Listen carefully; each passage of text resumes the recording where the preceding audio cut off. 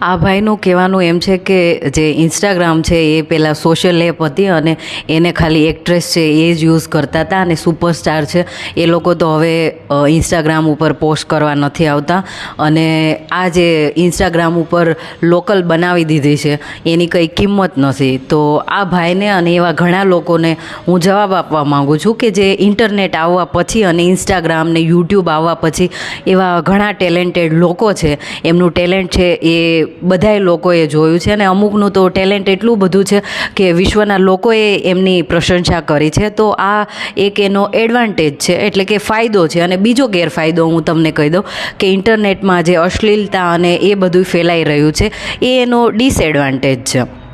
તો કોઈ પણ વસ્તુ છે એનો એડવાન્ટેજ અને ડિસએડવાન્ટેજ હોય છે. તો એવી જ રીતે અને પછી જે લોકોને એવું લાગે છે કે આ ભાઈનું એવું કહેવાનું છે કે જે એક્ટર લોકો હોય છે એ યુઝ કરે અને હવે આ લોકલ એપ થઈ ગઈ છે.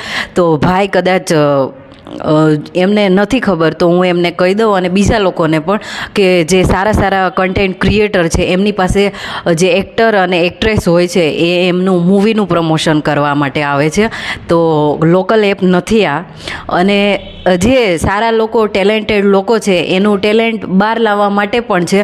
અને હવે એ તો લોકો ઉપર ડિપેન્ડ છે કે કોઈ લોકો છે એ અશ્લીલતા ફેલાવીને ઘણા બધા વ્યૂઝ લાવી દે છે અને કાંઈ પણ કરે છે અને એને જોવાવાળી પ્રજાએ આપણે જ છીએ અને એને આગળ લાવવાવાળી પ્રજાએ આપણે જ છીએ. અને જે સારા લોકો જેમ મારી જેમ બોલે છે અને એ વિચારે છે કે કંઈક અલગ કરવું છે તો એમને લોકો ટ્રોલ કરવા આવી જાય, પછી કાંઈ બી કહેવા આવી જાય. તો આ બધુંય છે અને આ તો જીવન છે. અને જે ઇન્ટરનેટ છે એનો ફાયદો એ છે કે તમારું જે ટેલેન્ટ છે, તમે ગામડાના હોય, સિટીના હોય કે બહુ પૈસાવાળા હોય, ગરીબ હોય, જે ઇન્ટરનેટ છે એ એનું નથી કંઈ. પણ લોકો છે એ હવે જોતા શીખી ગયા છે કે ટેલેન્ટ છે એ તમે બહુ પૈસાવાળા હો તો તમારી પાસે હોય એવું જરૂરી નથી. તમે સાવ નાના એવા ઘરમાં રહેતા હોય તોય તમે ટેલેન્ટેડ હોઈ શકો. તો ઇન્ટરનેટ છે એના ફાયદા એવા ઘણા બધા છે.